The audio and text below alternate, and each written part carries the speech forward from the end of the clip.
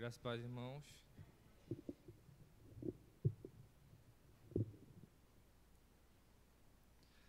Vamos abrir nossas Bíblias. A gente vai continuar a lição, certo? E aí, lembrando também que nós estamos aqui em classe de escola dominical, a lição de número 11, e ela tem por texto base o livro de Êxodo, capítulo 24. Então, vamos abrir nossas Bíblias aqui, em Êxodo, capítulo 24, e vamos ler do 1 ao versículo 18.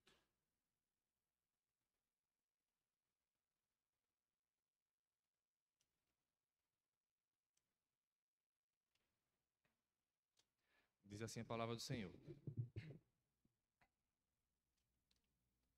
Disse também Moisés: Sobe ao Senhor, tu e Arão, e Nadab e Abiú, e 70 dos anciãos de Israel, e adorai de longe.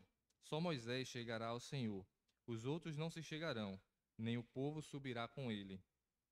Veio, pois, Moisés e referiu ao povo todas as palavras do Senhor e todos os estatutos. Então todo o povo respondeu a uma voz, e disse: Tudo o que falou o Senhor, faremos. Moisés escreveu todas as palavras do Senhor e, tendo-se levantado pela manhã de madrugada, erigiu um altar ao pé do monte e 12 colunas, segundo as 12 tribos de Israel. E enviou-se alguns jovens dos filhos de Israel, os quais ofereceram ao Senhor holocaustos e sacrifícios pacíficos de novilhos. Moisés tomou metade do sangue e o pôs em bacias, e a outra metade aspergiu sobre o altar. E tomou o livro da aliança e o leu ao povo, e eles disseram: Tudo o que falou o Senhor, faremos e obedeceremos.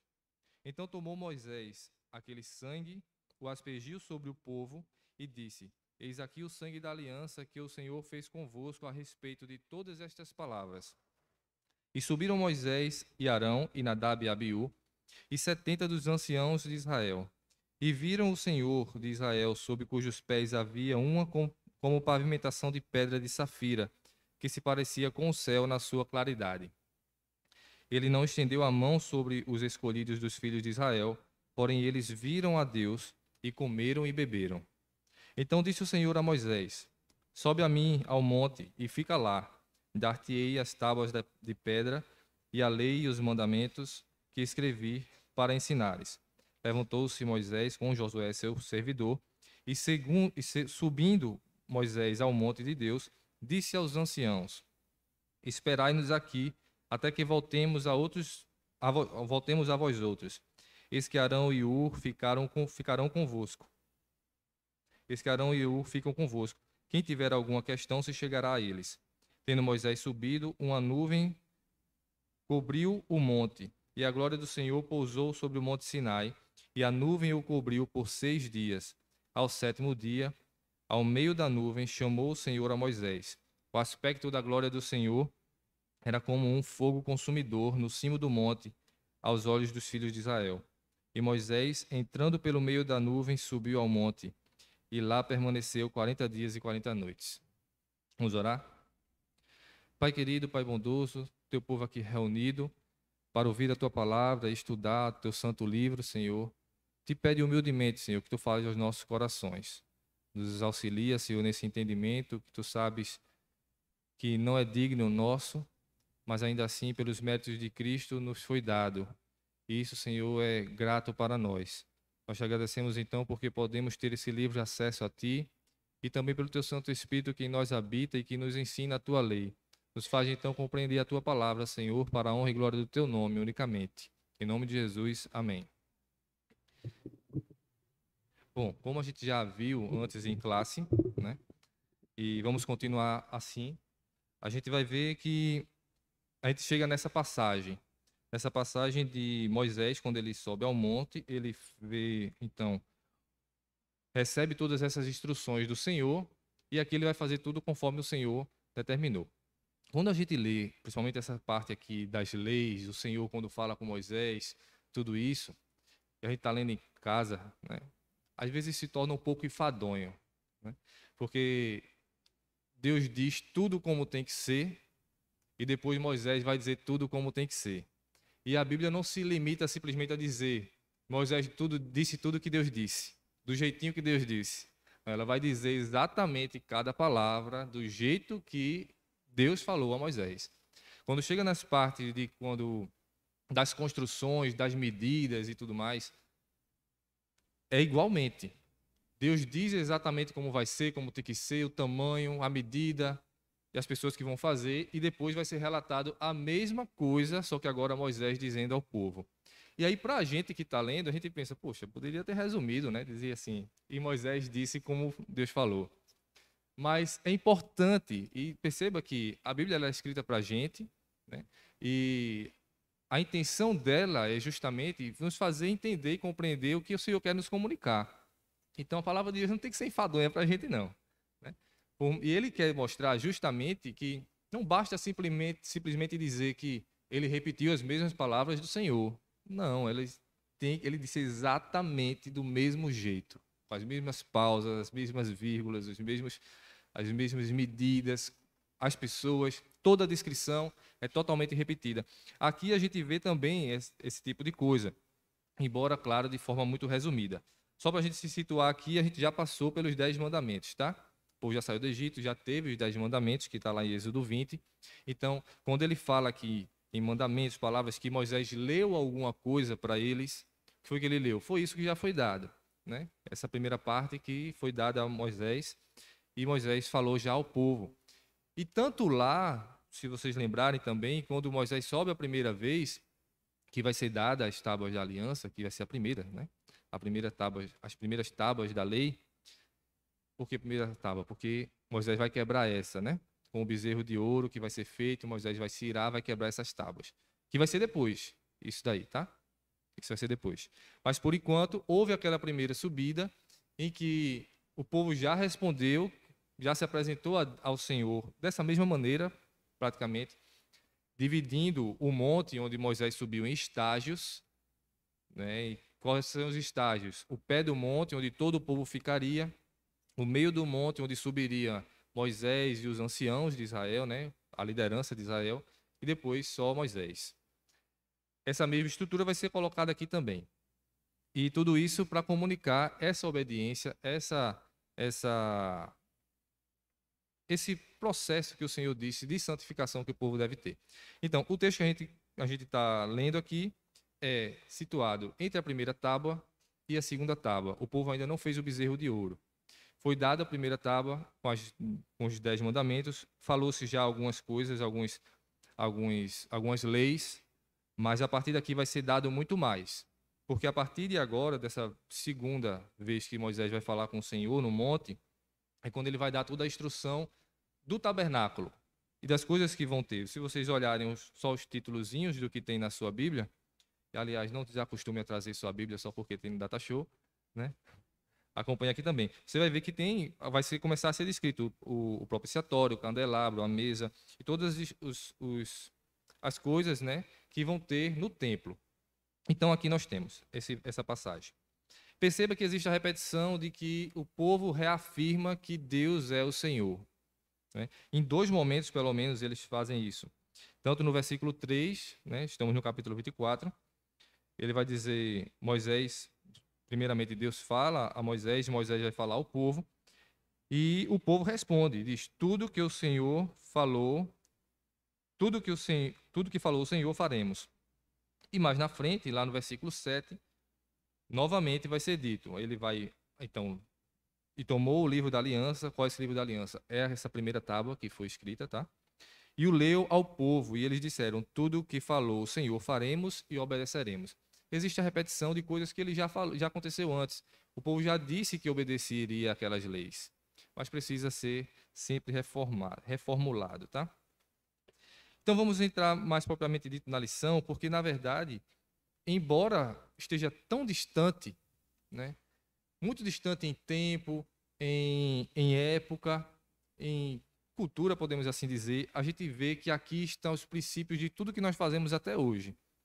Que, claro, vai ser renovado com Cristo, e os apóstolos vão seguir, e a gente mantém até hoje esse parâmetro que foi estipulado aqui nessa época e principalmente nesse capítulo.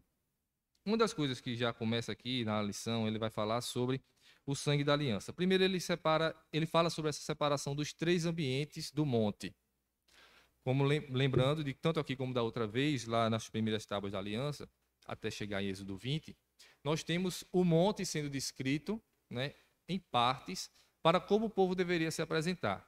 Veja que Deus vai falar especificamente com Moisés, não é? Mas mesmo assim, todo o povo vai estar presente nessa ocasião. E existe os meios como eles devem se apresentar. Eles vão se limpar, eles vão estar purificados, né? Então, eles se colocam ao pé do monte, vai ser firmado então o lugar onde o povo não pode ultrapassar para subir no monte. Ele fala 74, a lição vai dizer 74 pessoas com Moisés, porque na verdade são esses 70 anciãos com Nadab, Abiú, e Arão. Certo? Então 74. Além de Josué. Josué é aquele que vai ser o sucessor de Moisés. Então eles vão até o meio do monte, param no meio do monte, esperam o Senhor falar e aí só Moisés vai. E esse é as divisões que nós temos do monte. O pé do monte, o meio do monte e em cima do monte. Isso vai servir de parâmetro também para a construção do templo que vai vir. Se você lembrar do templo como ele era na sua diagramação, né? E nós temos esses 3 lugares também. Existe o átrio, né? A parte de fora existe o santo lugar e o santo dos santos, onde só algumas pessoas tinham acesso a determinadas áreas. Você tinha no átrio exterior, você tinha os levitas poderiam agir. Era ali que haviam os sacrifícios, havia a lavagem das peças do animal, onde se tocava fogo no animal, o altar estava ali, o holocausto. Dentro, no santo lugar, só os sacerdotes poderiam entrar. Era uma parte específica da linhagem de Levi. Ali estavam os pães da propiciação, e mais na frente ele vai falar tudo isso. Estariam os candelabros, e o candelabro e a mesa, tudo mais.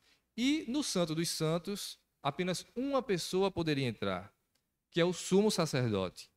Esse sumo sacerdote, ele entrava uma vez por ano, e lá estava apenas a Arca da Aliança. E ali ele então trazia esse sangue que foi derramado lá no átrio exterior, faria todo o caminho por dentro do santo lugar, até chegar no Santo dos Santos e derramar o sangue do animal morto em favor do povo no propiciatório. O propiciatório era a tampa da Arca da Aliança. Tá? Se quiser procurar aí também na internet e achar esse diagramação e também essa Arca da Aliança, os desenhos, né? É interessante para a gente pelo menos visualizar. Quem já viu, eu estou falando e está trazendo à mente, né? Mas quem não viu, é bom ver. Porque justamente esses 3 lugares estão sendo descritos pelo templo, ou descritos aqui no monte. Você tem o povo que ficava do lado de fora, você tem uma parte que entra mais, que seriam os anciãos, comparado com os sacerdotes, e uma pessoa que vai até o Santo dos Santos, que no tabernáculo vai ser o sumo sacerdote, mas aqui vai ser Moisés. E se você lembrar do que Deus falou a Moisés, quando ele chamou Moisés lá na sarça ardente, que falou a respeito de Arão, você vai lembrar de uma coisa que ele disse. Você será para ele, para Arão, como Deus. Você será para Arão como Deus. Ele te será por sacerdote.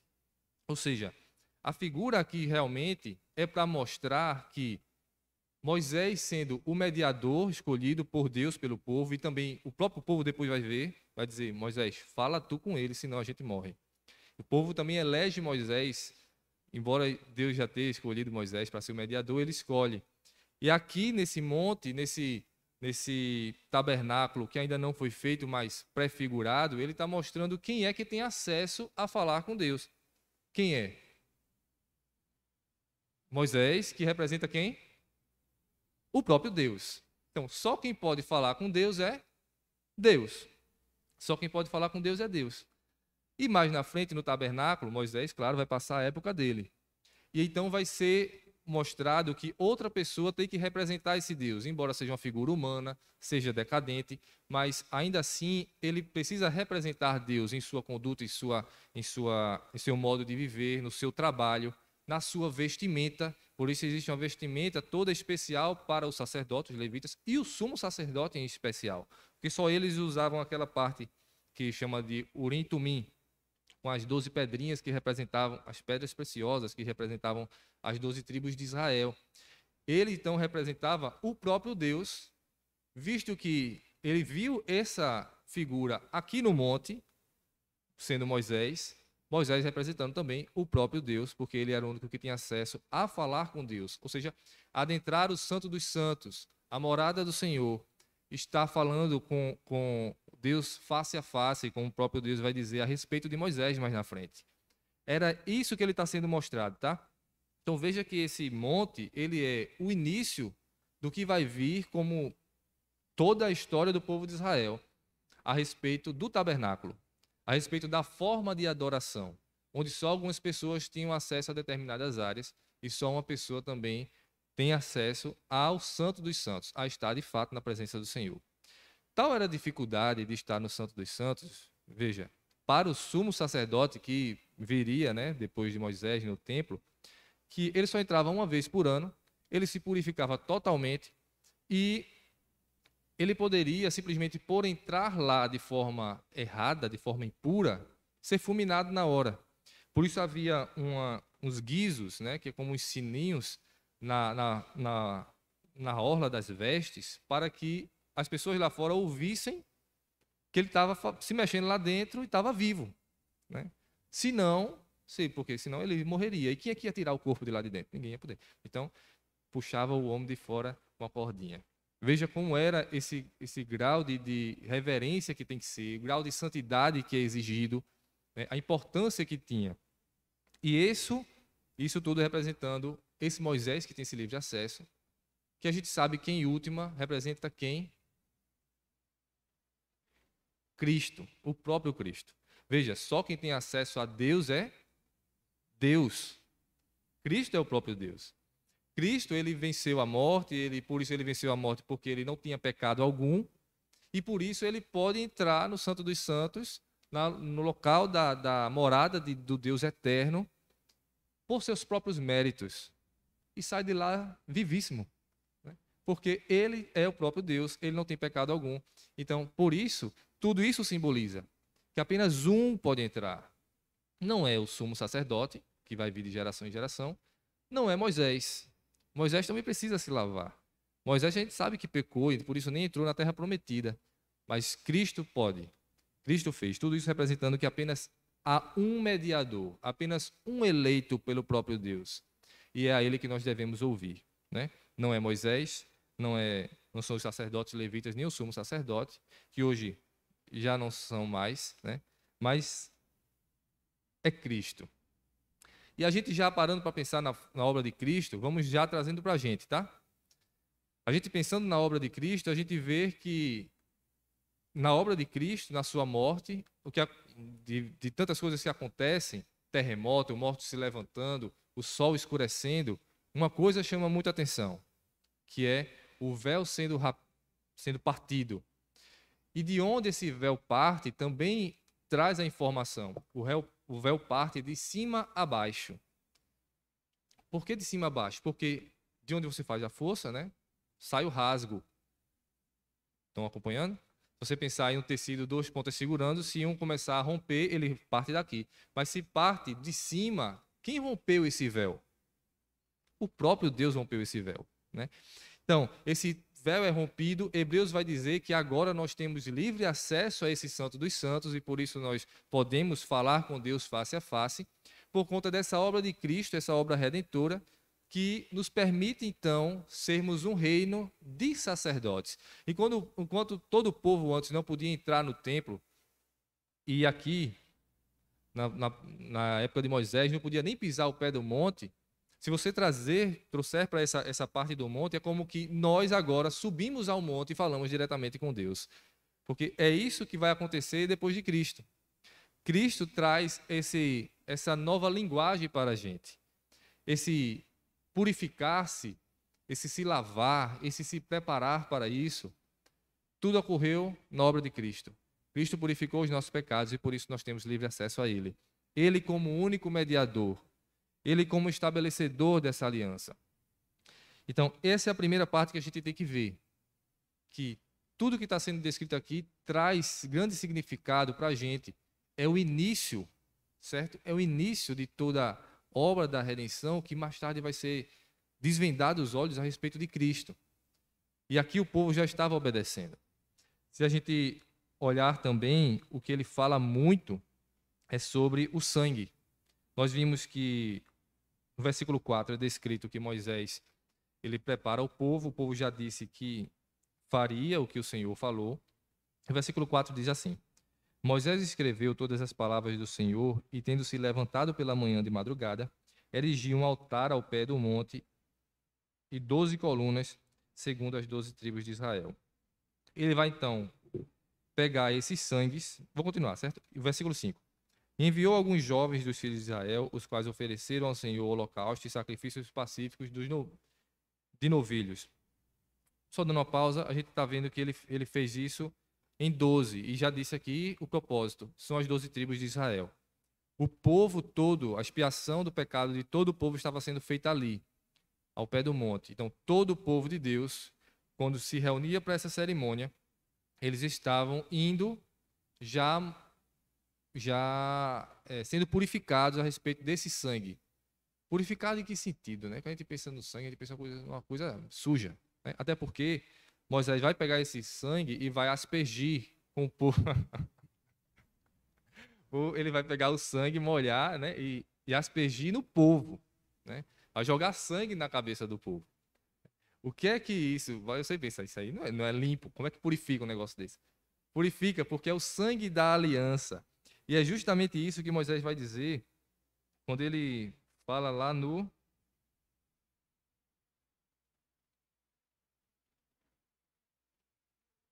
versículo 8. Então tomou Moisés aquele sangue e o aspergiu sobre o povo e disse: Eis aqui o sangue da aliança que o Senhor fez convosco a respeito de todas estas palavras. Talvez o povo tenha feito essa mesma cara quando caiu o sangue assim. É o sangue da aliança. E aí o povo se tranquilizou. Porque o sacrifício, o sangue, a morte, ele traz grande significado também. E é claro, a gente pensa em sangue, a gente já pensa logo de Cristo, é até mais fácil a gente identificar isso tudo. Mas, trazendo para o povo aqui, e essa nova linguagem que o povo tem a respeito da morte do animal e do sangue que é jogado sobre eles, traz significado para a gente também. Porque o sangue, ele tanto mostra a nossa pecaminosidade, o como estamos perdidos diante de Deus, né? Que se nós não chegarmos a Ele, o povo, né? Veja, o povo não podia cruzar o pé do monte. Mas mesmo estando ao pé do monte, eles não podiam não ter esse sangue em cima deles. Eles não bastava a eles simplesmente estar lá e não ter um sacrifício para eles. Não, se eles estão indo para ali, é o lugar onde eles estão. Não precisa subir no monte, não precisa chegar ao teto, mas precisa de uma morte. Porque ele está ali. Ah, obrigado. Certo, para a gente ver ali, né? Você tem aqui a figura do. Dá uma pausa, tá? No que eu falei, estava falando aqui. Tem aqui do lado do cantinho aqui, tem um senhor, seria a vestimenta do sumo sacerdote, todo especial, tá? Com a laminazinha de ouro aqui em cima, escrito palavras ao Senhor, tudo. Aqui é dentro, mais em cima, ali naquela figura, naquela tenda, é o tabernáculo, ele exteriormente, né? Você tem a parte de fora, que é o átrio exterior, onde tem os holocaustos, a bacia de bronze, onde é lavada as peças do animal. E aqui, aquela tendazinha de dentro, é isso aqui aberto, tá? Você vai ter, então, dentro os pães da proposição, que é isso que está aqui no meio. Você tem o candelabro, a bacia, tudo isso. Mais à frente, isso aí onde está a setinha, obrigado, Rayan, você tem o Santo dos Santos, né? E a tampa é chamada de propiciatório. Esse caminho o sacerdote fazia, entrando e colocando sangue, que é o próprio Cristo sendo representado e apresentado para a gente, apresentado para eles, na linguagem deles, naquela época. Obrigado. Agora, o sangue. Voltando para o sangue. O sangue, a morte, ele traz essa limitação nossa. Limitação de não poder estar na presença do Senhor, justamente por conta de nossa pecaminosidade e porque Ele é santo, santo, santo. Aquele a quem aos próprios anjos não considera santo, embora eles não tenham pecado. Os arcanjos, quando são descritos na palavra do Senhor, servindo ao Senhor e louvando ao Senhor, eles cobrem com suas asas, eles cobrem o rosto, porque não podem ver a Deus. Eles são indignos também de estar na presença de Deus. Então, a morte do animal significa isso. Mas à frente, a morte de Cristo também significa isso. Ela significa que o salário do pecado é a morte. Que qualquer pessoa que se apresente, qualquer que seja do estágio, tanto no monte como aí, qualquer que seja o estágio, quem se apresenta na presença do Senhor, morre, a não ser por um único vale que permite você estar lá. É o sangue. O sangue da aliança. E aí já entra o outro significado do sangue. É a misericórdia do Senhor. Porque todo esse caminho que foi traçado não foi descoberto pelo homem, foi revelado por Deus ao homem. Ele revelou que existe uma morte que precisa acontecer para estar em sua presença. Então, ele mesmo se revela para criar esse vínculo com a humanidade caída, e isso é misericórdia. Precisa haver essa morte, seu reconhecimento que você é pecador, o salário do seu pecado precisa estar pago, para que então ele possa ser, sua presença possa ser aceita, e você possa se reunir e comungar com esse Deus, estar em comunhão com ele, em relacionamento com ele, firmar essa aliança. Por isso que Moisés vai dizer é justamente isso. Eis o sangue da aliança, do compromisso, do vínculo que vocês têm com o Senhor. A aliança que o Senhor fez convosco a respeito de todas essas palavras. Então, existe no sangue essas duas representações. Tanto a justiça, o rigor da lei, que é a morte, como a misericórdia. A morte substitutiva. E novamente nós vamos para Cristo. Em Cristo nós temos tudo isso. O salário do pecado sendo pago em Cristo. E aí, como a própria palavra vai dizer mais à frente, que o sangue de carneiros e bodes não eram capazes de limpar os pecados. Por isso precisava ser feito recorrentemente, o tempo todo. Por cada pecado o povo tinha que sacrificar um animal. E era sangue, sangue, sangue. Agora nós temos um único sangue que foi derramado, que foi o sangue de Cristo. E um sangue precioso, válido, tinha que ser esse mediador feito tanto humano como o próprio Deus, 100% homem e 100% Deus. A junção perfeita dessas duas naturezas. Esse mediador perfeito, o sangue dele sendo oferecido no meio do seu lugar, pode ser satisfeito de uma vez por todas e não precisa mais haver tantos derramamentos de sangue. E até as palavras de Jesus são muito próximas do que acontece, do que as palavras de Moisés a respeito desse sangue. O que é que Jesus vai dizer na ceia quando ele pega o cálice? Este é o sangue da nova aliança, basicamente a mesma coisa que o Senhor fez convosco, né? Esse é o sangue da nova aliança derramado em favor de muitos. Aqui o que Moisés vai dizer, eis o sangue da aliança que o Senhor fez convosco. É a mesma coisa.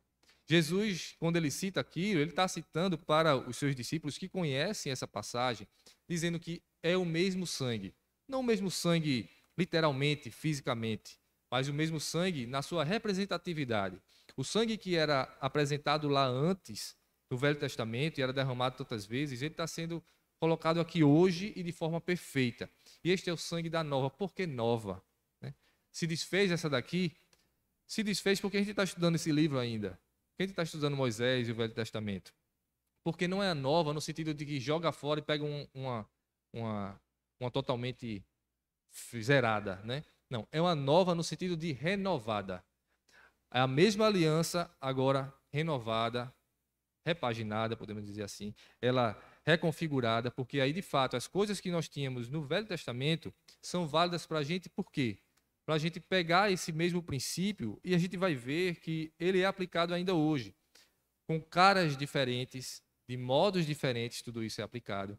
Mas ainda assim, ele traz toda essa significação renovada, e não só renovada no seu visual, tá? Não só muda na sua apresentação, mas muda na sua significação, no sentido de renovada, no sentido de aperfeiçoada. tudo que a velha aliança, vou colocar velha no sentido disso que passou até a renovação, tá? Não no sentido de que foi abolida, mas essa velha aliança, tudo que tinha antes, ela foi aperfeiçoada, tendo um significado muito maior. Por isso que a gente tem esse significado do sangue aperfeiçoado muito mais. Porque a gente vê aqui que, no Velho Testamento, esse sangue que representava a justiça, quando a gente vai ver em Cristo, não era um sangue que simplesmente foi pago por um animal. Não poderia ser um sangue físico. Precisa ser de uma significação eterna. E nada no mundo é eterno a não ser o próprio Cristo, que se fez carne e habitou entre nós.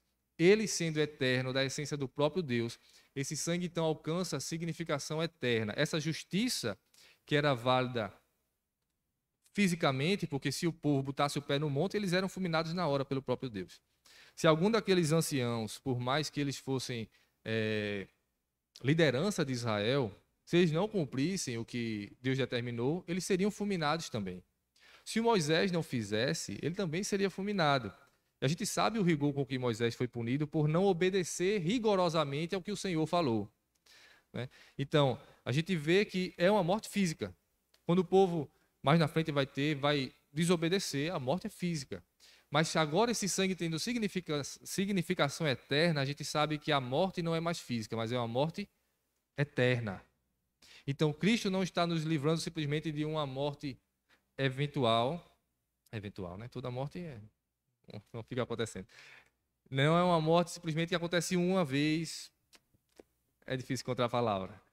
Não é uma morte terrena. Não é na carne, mas é no espírito. É uma morte eterna. Assim também como a vida.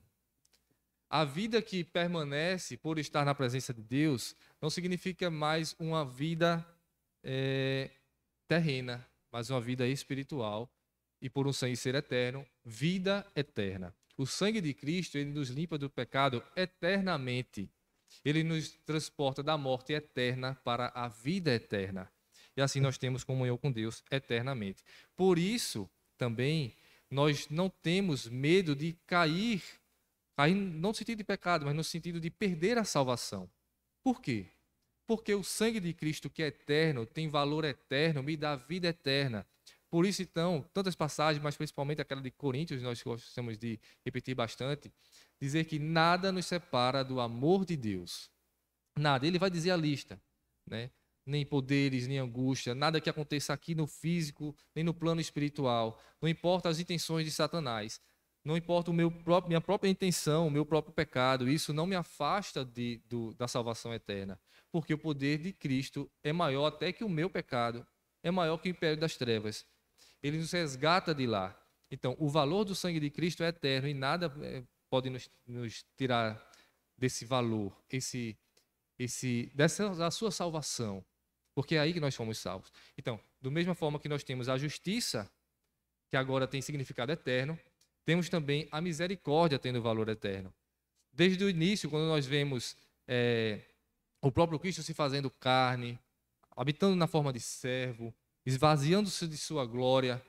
Veja os passos que Jesus fez até então, viver aqui, não ter onde reclinar a cabeça, ele mesmo vai dizer, comer e beber à vontade de seu pai, e com isso ele sendo perseguido, deixando de ir depois de algum tempo de caminhada aqui na terra, né, em seu ministério, que só durou 3 anos, mas deixando de ir para determinados locais, porque ali ele morreria e não era chegada ainda a hora. E quando chega a hora, ele sofre a morte vergonhosa para todo aquele povo que vivia sob o império de Roma, e também para o próprio judeu, porque maldito todo aquele que for pendurado em madeiro. Então, experimentando uma morte vergonhosa, horrível, terrível, horrenda, em termos de crueldade, em termos de humilhação e tudo isso, né? E ele ainda, além do físico, além do mental, veja como todas as áreas de Cristo foi afetada naquele sacrifício, que ele fez. Uma morte física, uma morte mental, porque ele era assim cuspido, escarnado, tiraram suas vestes, andando nu, carregando uma corrente. usando suas próprias palavras contra ele, quando botaram um manto vermelho por cima e uma coroa de espinho, ele que é o Senhor da glória, vivenciando tudo isso. E por fim, a morte eterna também, porque ele sofre o peso do pecado. A ira de Deus toda foi derramada sobre ele, mas ele não ficou morto, porque ele nunca pecou. Então, não há em Cristo culpa para permanecer morto.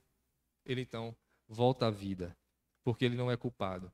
Então perceba tudo isso que Cristo mostrou e tudo isso que ele passou, e entenda a misericórdia de Deus para com você. Porque tudo que ele vivenciou era para ser descarregado na gente. E com certeza a gente não teria aguentado. A morte eterna é isso também. É uma morte que não termina. Eterno significa isso. Você pensar em uma morte que não termina, um sofrimento de morte que não se acaba. É uma coisa, você pedir a morte, ela não chega. Em todos esses âmbitos que você possa imaginar, tanto espiritual como, né, como sua carne e tudo.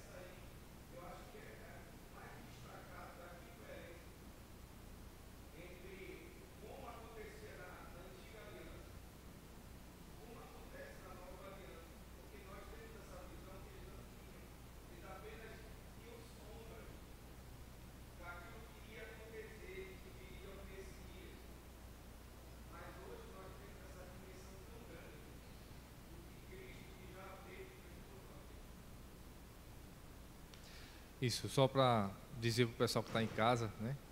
Repetir, não vou repetir exatamente, não consigo fazer feito Moisés, né? Fazia com relação a Deus quando falava, mas só para trazer luz, né? Assim, para o pessoal que está em casa sobre o que aconteceu aqui. Frank falou sobre essa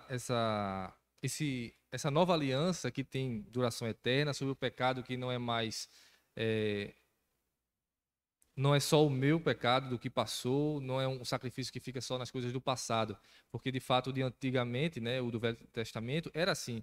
Os pecados cometidos, você só fazia um sacrifício para se limpar dos pecados passados. O de Cristo tira os meus pecados da vida inteira, né, e de toda a humanidade, em qualquer região, em qualquer tempo. Veja como esse valor é grandioso. E um exemplo que ele colocou, eu achei muito interessante, e vou colocar de outra maneira, mas vou colocar da mesma forma. Ele colocou como o casal está brigando dentro do carro, acontece um acidente com esse casal, o carro vira, capota, qualquer coisa nesse sentido, os dois morrem. Para onde eles vão? Onde eles vão? Nada poderá nos separar do amor de Deus. Se você esperar que Jesus volte, que a gente também fica nessa, se Jesus voltar e você for pego fazendo uma coisa errada, né? Se você morrer fazendo uma coisa errada, se eu ficar nessa coisa de que cada pecado me leva para o inferno novamente, então o valor do sangue de Cristo perde o valor perde, ele diminui, né? Se o meu pecado me tira da salvação, ele me tira da luz, me transporta novamente da luz para as trevas, então o sangue de Cristo ele perde sua significação. Mas não é isso. O poder de Deus é infinito, né? Ele nos tira da morte, transporta para a vida, do império das trevas, e transporta para o lugar de luz de maneira eterna. Não vai e volta. Você está nele. E os pecados seus que foram cometidos, embora você não tenha tempo de ter pedido perdão, Senhor, mas ainda assim, eles foram pagos na cruz. E assim você tem acesso a Deus também no seu leito final, ou na volta de Cristo. Se qualquer desgraça acontece, no sentido de levar você ou alguém que você ama, você pensa, poxa, a pessoa estava em pecado. Não importa. Vai pagar esse pecado diante de Deus. Ele vai se apresentar diante do Senhor, vai ter tudo isso. Mas a sua salvação está garantida.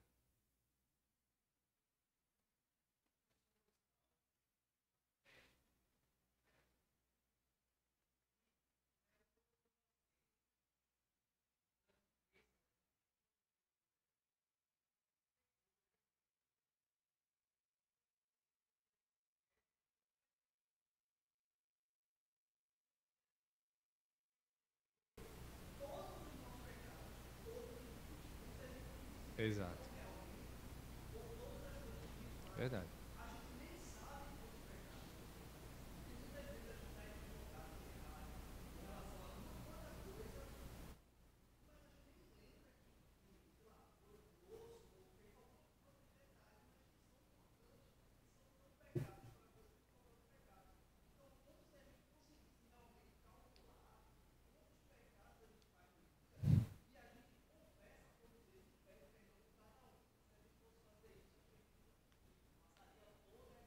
É.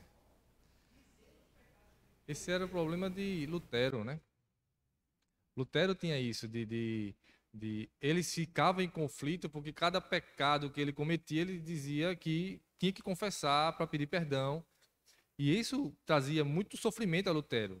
Diz a história que ele saía do seu confessionário, dava uns passos, lembrava de outro que cometeu. Então veja a dificuldade. E até o povo de Israel, trazendo luz para o pessoal que está em casa, ele falou sobre os pecados que a gente não consegue perceber desses pecados. O povo de Israel, eles tinham um sacrifício pelos pecados Oi? Da ignorância. Os pecados da ignorância. Ou seja, o que são os pecados da ignorância? São os pecados que eles não se apercebiam que cometiam na sua vida cotidiana. Então, eles tinham um sacrifício especial para esse tipo de pecado que eles não conseguiam assimilar que fizeram. Mas existe um sacrifício necessário para isso, porque você cometeu, é certeza, você cometeu. Então, e até esses que você não percebe, Cristo pagou. Veja como mudou. Diga lá.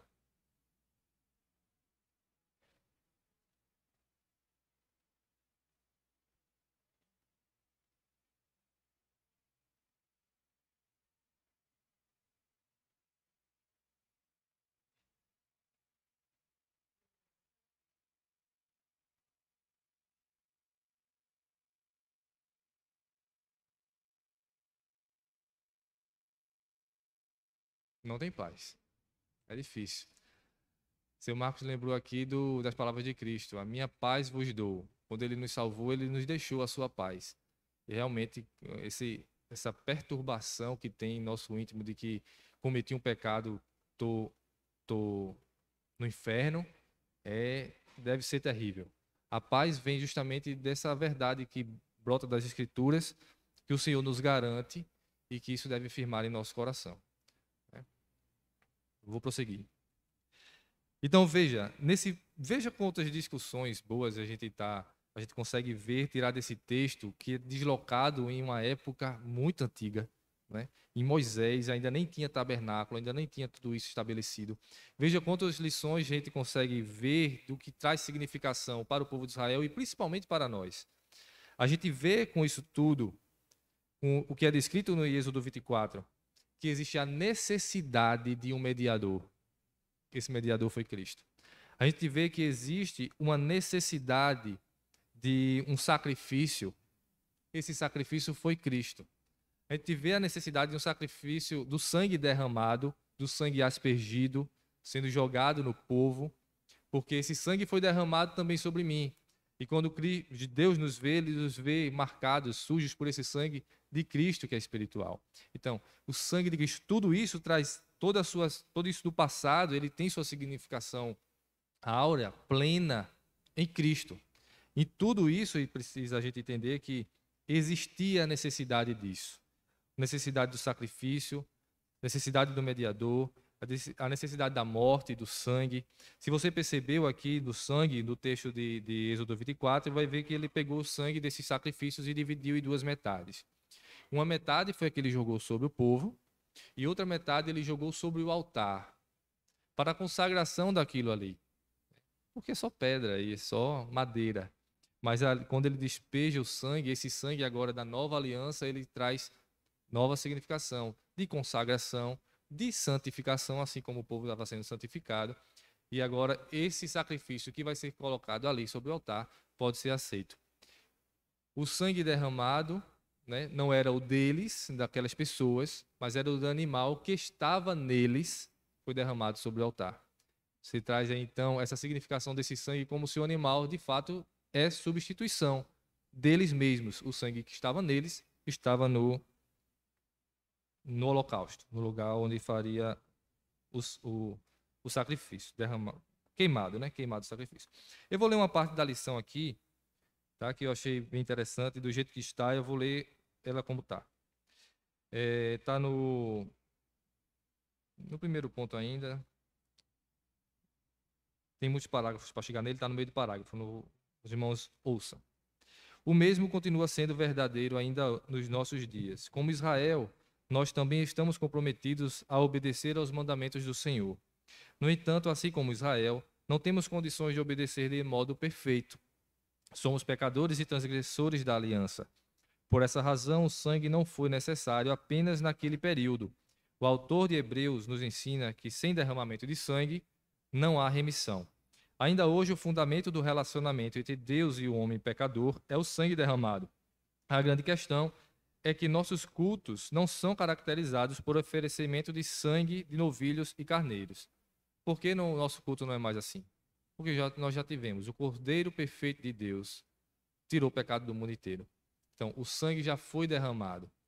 Tudo isso que era feito no Velho Testamento era culto.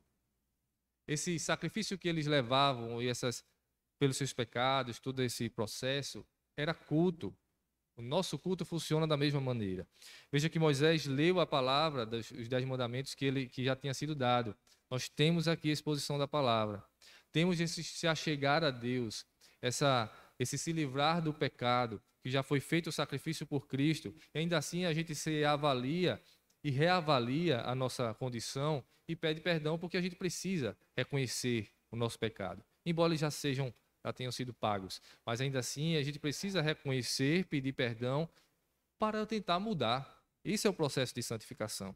É você continuar revendo suas atitudes e nomeando o seu pecado, examinando ele, identificando ele e não praticando mais. Para que assim a gente se aperfeiçoe. Então, isso tudo nos mostra a significação grandiosa, valor eterno do sangue de Cristo.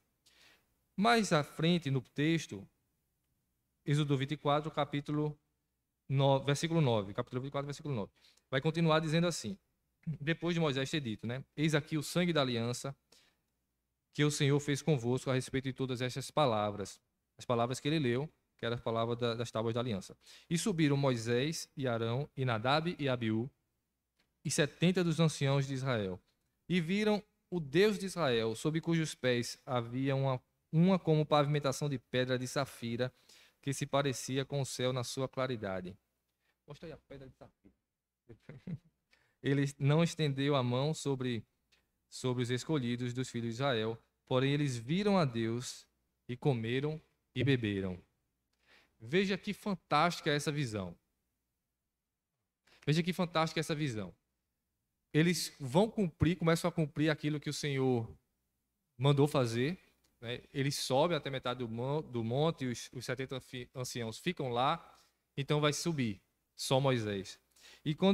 Não, Moisés vai subir depois. Mas nesse momento, então, quando eles sobem até a metade do monte, então eles veem os pés do Senhor.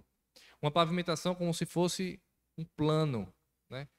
Ryan está procurando aqui a pedra de safira para a gente saber como é. Porque ele diz que era semelhante à pavimentação, como pavimentação de pedra de safira, que se parecia com o céu na sua claridade. Veja então que eles veem como essa pavimentação e os pés do Senhor ali. Por que os pés? O Senhor é Espírito, certo? Essa linguagem traz para a gente grande significado, porque traz a representação de que o próprio Deus desceu. Ele está no monte, seu pé está ali. Então o Senhor está lá, certo? A lição coloca de uma forma muito inteligente que o povo só viu o pé. Se Deus estava lá, por que o povo não continuou vendo? A lição coloca como que essa foi a posição de reverência do povo de Israel. Eles viram os pés e não ousaram levantar a vista, porque eles não são dignos. Eles já estão tendo um privilégio muito grande de ver os pés do Senhor e continuar vivos. Mas ainda assim, o Senhor permite isso e eles não conseguem subir a vista. Mas eu acho também, tá? Embora a lição diga que tem a sua reverência, eu acho que eles nem conseguiriam. Porque o texto vai dizer que parecia com o céu na sua claridade. Quem é que consegue ficar olhando para o céu na sua claridade? O sol, né? Então é como que eles viram o pé, já estava demais e para cima eles não aguentavam mais. Eu imagino dessa maneira, né? Mas ainda assim isso não tira em nada a reverência deles, com certeza. Porque depois de você ver uma cena tão fantástica, é impossível você ficar do mesmo modo. É temor, é tremor que acontece com você, e você de fato está diante do próprio Deus. Lembre da passagem, de tudo que eles passaram no Egito, de tudo as pragas que eles vivenciaram, Moisés falando, o mar se abrindo, todas essas grandes maravilhas, e agora Moisés falava com eles, trazendo a mensagem de Deus.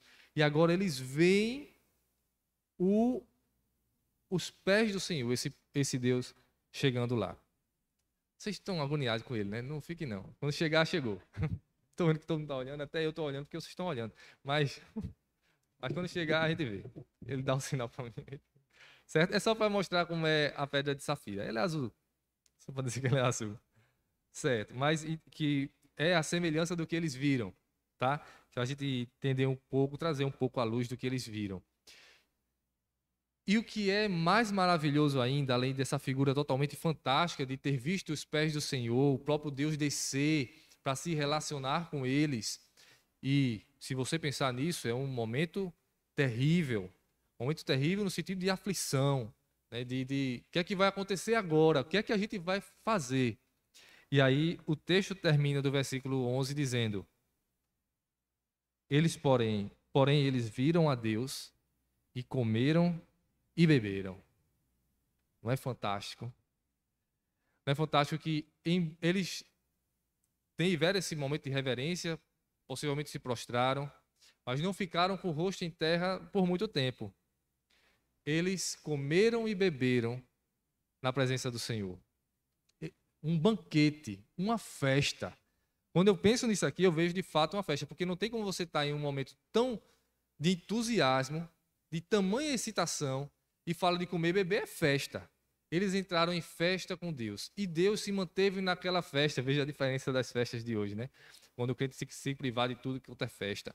Mas, na verdade, aqui é uma festa santa, uma festa que traz clareza sobre o Senhor, que traz proximidade, porque o Deus Santo e Eterno se relaciona com o seu povo. E se relaciona e se manifestou não para trazer morte, embora eles sejam merecedores da morte. Mas esse Deus vem para se relacionar e ser um amigo deles. É isso que a janta, a ceia significa. Mais atrás, na passagem de Jacó e Labão, né? Quando Jacó deixa Labão e sai com suas esposas e seus filhos e vai voltar para sua terra, Labão vem atrás dele porque Raquel levou o ídolo do lar. Naquilo eles estão brigando um com o outro por conta que você me roubou, você não me roubou, né? Tá esse conflito entre Labão e Jacó já nas últimas passagens da história de Labão. Até que eles firmam a aliança. Eles dizem, Jacó e Labão, vamos criar aqui um marco, vamos fazer uma coluna de pedra, e daqui para lá é seu, daqui para lá é meu. Não vou para lá e você também não vem para cá, ok? Ok. Depois dessa aliança firmada entre Labão, que eles até fizeram as pazes ali, o que é descrito é que eles cearam, eles comeram e beberam juntos, Labão, Jacó e cada um com seus servos. Houve uma festa, houve um banquete, porque é isso que significa a ceia.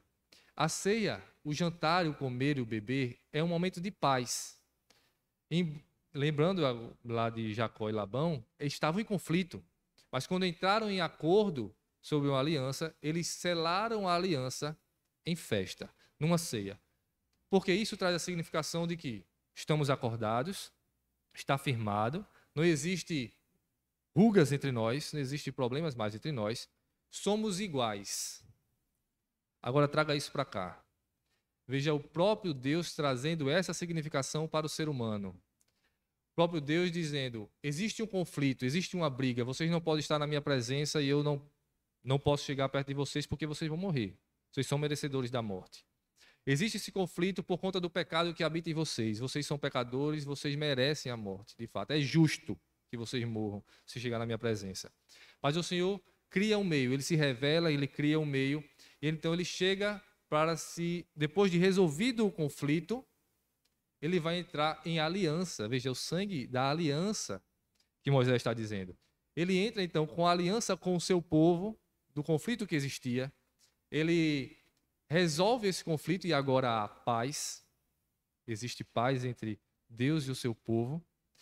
Deus se relaciona com eles como igual, como um amigo. É isso que eu ia dizer, nunca vai ser igual. Nunca vai ser igual. A gente sabe disso, até porque todo esse parâmetro, né, de divisão ali, só Moisés vai. Não tem como ser igual, o povo não vai. Né? Mas. Obrigado, obrigado. Essa é a pedra de safira. Safira, safira, certo? Azul. Então, uma pavimentação toda feita dessa pedra, tá? Olha, com zoom e tudo. Certo? Obrigado, Raia. Então, existe essa divisão toda, né? Essa estrutura toda criada pelo Senhor. Ele mostra essa igualdade que não existe entre Deus e o povo, mas ainda assim Deus criou um meio para poder se relacionar com o povo. E o próprio Deus, não tenha dúvida, se rebaixa ao povo quando ele desce ao plano que ele criou, o monte foi ele que criou, para falar com suas criaturas e dizer que quer se relacionar com elas, que haverá paz entre eles. E a gente sabe que essa paz depende de sangues e sangues e sangues, até que vem Cristo. E Cristo vai dizer exatamente isso, de inimigos que vocês eram, vocês foram feitos amigos de Deus, de servos que vocês eram até. Porque os filhos do Senhor são servos do Senhor, mas ainda assim também são filhos e também são amigos de Deus. Veja como essa paz em Cristo é alcançada de forma plena. Não precisa a gente mais temer o nosso pecado, a nossa condição, uma vez que se nós de fato estivermos alicerçados em Cristo. Se estamos nele, estamos salvaguardados, estamos protegidos, estamos garantidos, porque essa paz vem dele, de seu sacrifício e de sua obra perfeita. E aí sim, nós fazemos o que nós vamos fazer hoje à noite, a Santa Ceia. A Santa Ceia também traz isso. A ceia, na verdade, ela tem muitas significações, a gente sabe. Ela tanto relembra a morte de Cristo, o seu sacrifício. Traz, então, a memória pelo sacrifício, tanto a justiça como a misericórdia. Na ceia, a gente relembra que ele vai voltar. E o próprio fato de ter uma ceia, só o fato de ter uma ceia, é paz. É uma garantia. É esse acordo, essa aliança que foi firmada, se mantém. Então, sempre é repetido, esse é o sangue da nova aliança. A gente não pode esquecer, estamos em aliança com Deus. A gente não tem como ter uma vida diferente, ter uma vida errada, diferente do que a própria palavra do Senhor exige que tenhamos, porque